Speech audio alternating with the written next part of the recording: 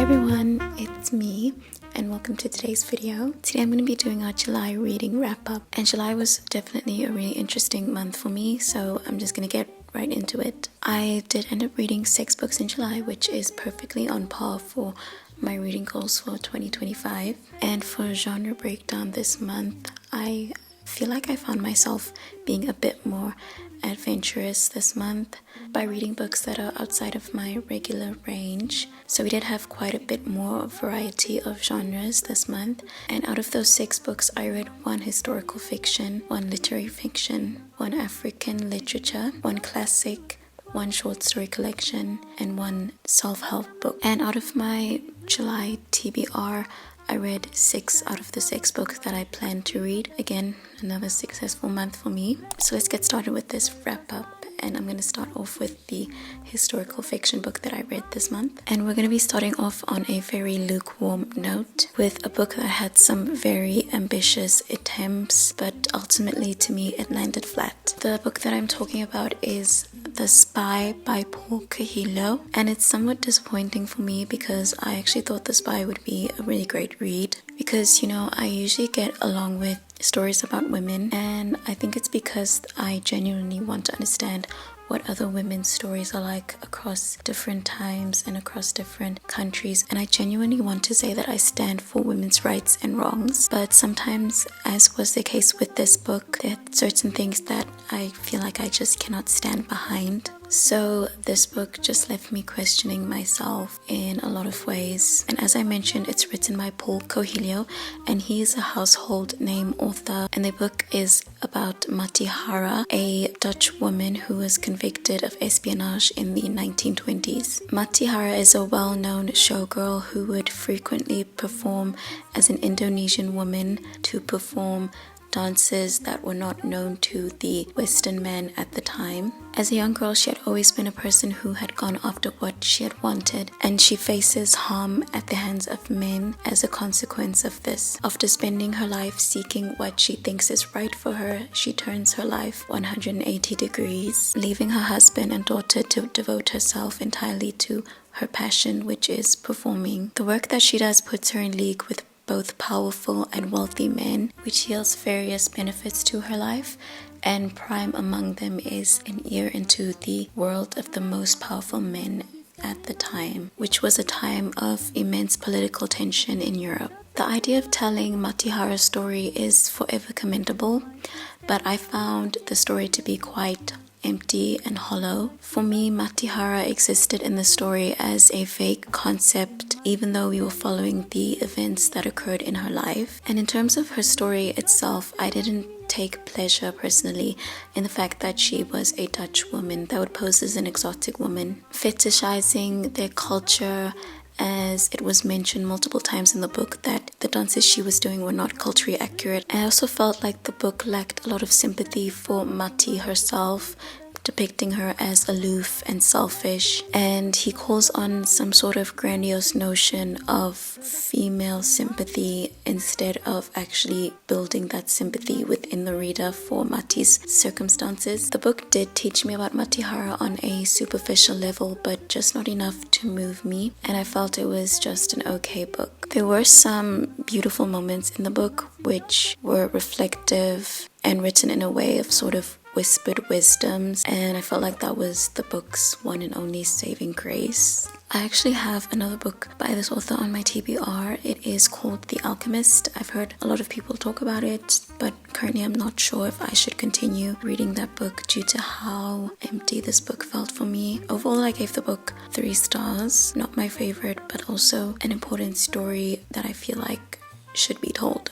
The next book I picked up was My Brilliant Friend by Elena Ferrante. This story is set in a not so well-to-do neighborhood in Naples, which is recovering from World War II and Mussolini's rule in the late 1940s. And we follow 2 young girls as they grow up in this very rough neighborhood, exploring their connection as friends and how that friendship changes as they age. We follow from the POV of Lila, the postman's daughter, and we understand her friendship with Linu, the cobbler's daughter, who is someone that circumvents every single expectation at every turn. We also delve slightly into the politics of Italy at that time and the politics of surviving in that neighborhood and whether it's worth it to be staying in a neighborhood like that. And this book is the first of 4 which follows these girls into adulthood as they have their marriages and children, etc. Honestly, when I first heard about this book, I didn't expect it to be so heavy in themes of poverty and class and violence. During the story, our expectation of what the girls' future will come to changes so rapidly, but in such an amazing way. Ferrante takes us on a meaningful and, for me personally, at many times a painful journey during this book. And I rated this book 5 stars, which for me, I was actually shocked with how much I actually genuinely liked this book. Given my experience growing up as a young girl, this book resonated with me so much. I was reminded of a lot of the painful feelings that I had, and in some small way, after it triggered me, or maybe by triggering me, the book healed me, which honestly made this book more impactful and interesting given the themes that it's following. And I personally related to our narrator, Lila, through her thoughts and anxieties. There were so many ways that I felt like I could see myself through her. But specifically focusing on the overall story, I really enjoyed how the friendship was as complicated and nuanced as the entire neighborhood that they lived in. The girls encountered a whole different set of problems arising from factors such as poverty, beliefs about a woman's role in society, and seeking protection in an inherently violent environment. And as a reader, you empathetically experience how these problems affect the 2 girls in very different ways. And it brings so much nuance to their characters, and I genuinely felt like the girls that we met in the beginning of the book had changed so much by the end of the book, almost to an unrecognizable extent. I actually really loved the time period of the novel where a pre-technology era where like getting a TV was the most exciting thing that could happen in the neighborhood, and these small family-run local businesses existing as the backbone of the community. That was something that I loved about the setting. But even within that community family-run dynamic, there was still a hierarchy of some families existing and exploiting others, and that was another interesting point that the book brought up, which allowed us to talk about the division of class and the poverty that existed as a result of some families exploiting others. The ending is honestly very raw and very heavy, but despite that, I genuinely loved this book. I feel like Elena Ferrante's writing had improved so much in this book from her other novel that I had read. Not to say that that writing was bad, but this just felt a lot more immersive and concise at the same time. I loved the story and the overall themes, and I felt like the execution matched the impact for me, and I definitely want to read the rest of the series expeditiously. One of my favorite things about Elena is that she just knows how to write emotions so well that I personally connect to. She made me feel things that I personally didn't know that I needed to. And honestly, even if you're not someone who grew up as a girl, I still 100% recommend this book. Off of the historical context alone, it is such a great book, and it's definitely worth reading. Now, moving on to a book which I really enjoyed again, and that is East of Eden by John Steinbeck. This was a book that I read in a vlog recently, and it absolutely blew my mind. I had a really good feeling that I was going to like it as much as I did, but it definitely held more weight than I was expecting it to. This book is about 2 families whose paths intersect in the Salinas Valley in California, where we follow 2 generations of the family, and we explore how our decisions are what shape who we are, and that we are not bound by any predestinations to become evil.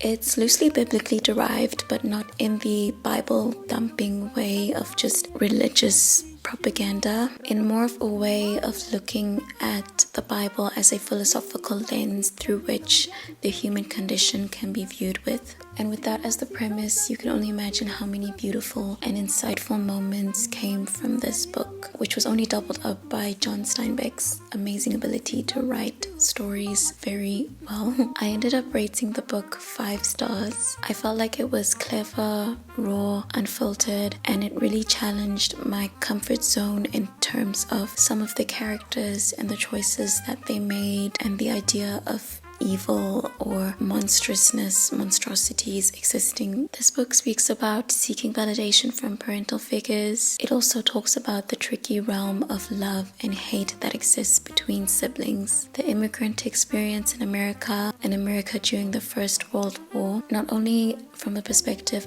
of a person that's fighting in the war, but from the perspective of people that are left behind, hoping for the best for their country and for their loved one. He provided an accurate social commentary on both the pros and the cons of war, and that's what I really enjoyed. It was just a completely well-delivered historical depiction of what life was like in those times. And I guess it helps that towards the end of the book was also when Steinbeck was growing up as a young boy. I feel like this book taught me so much, not necessarily solely in terms of facts or knowledge, but in sort of like more quiet or whispered truths, things about being human and ways to view your life that we're living. I also had to take a moment to question within myself if I was holding a belief which was contrary to the entire premise of the book, which in that way, again, the book challenged me on my own thinking and on my own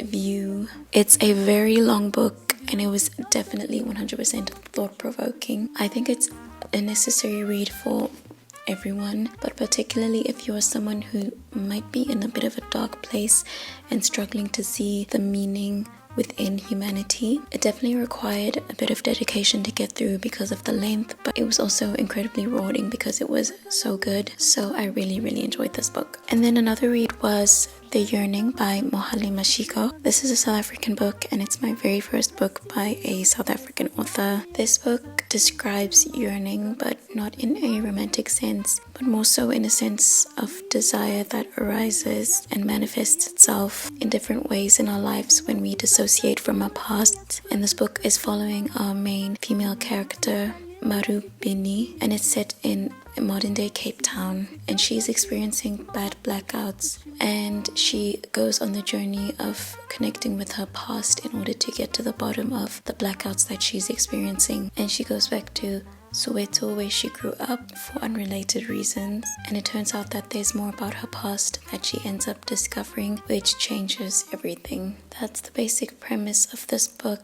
I'd say it's more literary fiction with a bit of poetic writing sprinkled in here and there, but we really do go into depth with some South African practices and cultural beliefs. And even as someone who has grown up in this country, there were so many things that I learned from this book. And we also go back and forth with other themes such as romance, friendship, and family. So we do have a lot of plot, but we also do have a lot of scenes where you don't know what's real or what's not. So a tiny bit of magical realism in there as well. For me, this was a 3-star read. I did enjoy it, and I would recommend it if you haven't had an introduction into South African culture and you would like an exploration of expressions of Africanness, because I felt like the plot twist was not expected, but it was kind of very in line with lived experiences of people in the African continent. I thought some moments were a bit cliche, but overall for me it was a good read. So the next book that I read is a short story collection, and it is called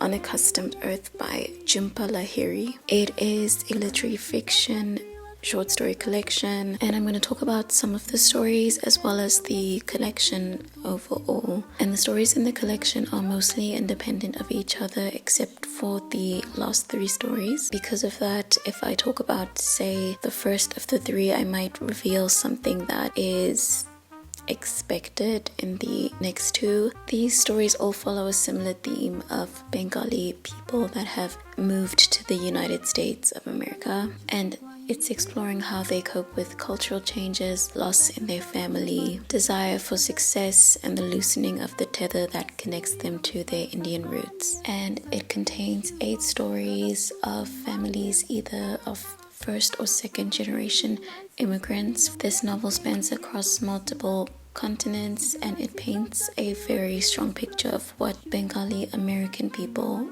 value, from things like marriage to the role of the woman in the family, to the role of your family in choosing your life partner, to the expectation of achievement and the gradual success that is enjoyed by this group of immigrants. And this is usually the case with short story collections, that I enjoyed some stories more than I did others. And in the book, the title story Unaccustomed Earth and another story Only Goodness were 2 stories for me that were 5 stars and stuck out amazingly. The other stories were also quite good, they just didn't resonate for me as much. There were a couple of stories which I felt like could go on for longer, which I was wanting more from because they were just that good. But overall I felt like most of the stories were well paced, and I know that I enjoyed this entire collection a lot more than I expected to. Jhumpa Lahiri as an author is very quiet and reflective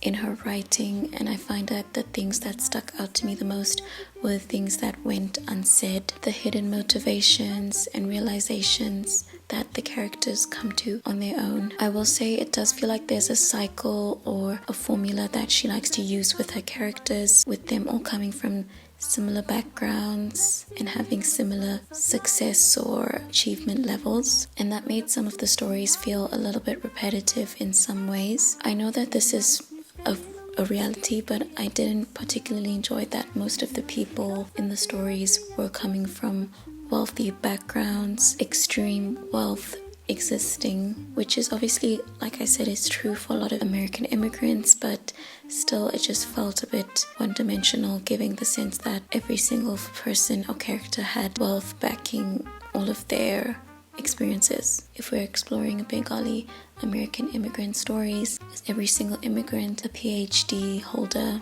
Is every person a world-famous doctor? Is every person studying at MIT or Cornell? For me, a bit more diverse Bengali experience would have been better. I feel like I would have enjoyed it more.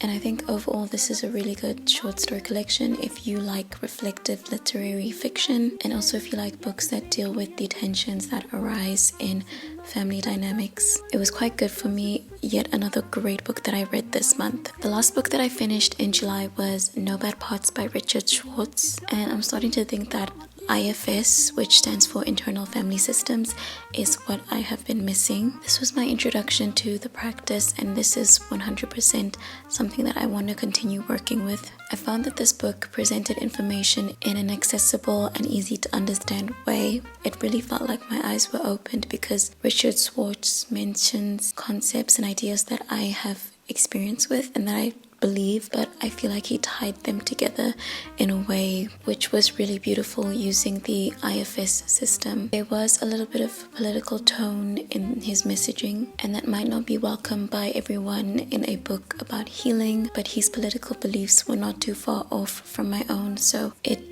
didn't bother me that much. For me personally, I felt like there was a bit too much repetition in the novel, but overall I think he has great ideas, and I love that there are elements of his practice shown through the sessions and the exercises which are there for us to do. And that's something that I feel like I sometimes miss with self-help books, is the practical aspect. This book contained a framework for viewing not only yourself but your inner child as well, and it contains so many elements of things that I love in the self-help books that I read. I rated this book 4 stars, which is a good rating, and I would definitely check this one out if you're interested in alternative methods of healing, which might seem a little bit hard to believe at first, but if you're open, I guarantee you can receive something great from this book. But with that being said, those are the 6 books that I read in July. So there we have it. I am going to leave you guys here for now. I hope you liked this video, and if you did, please leave a like and a comment.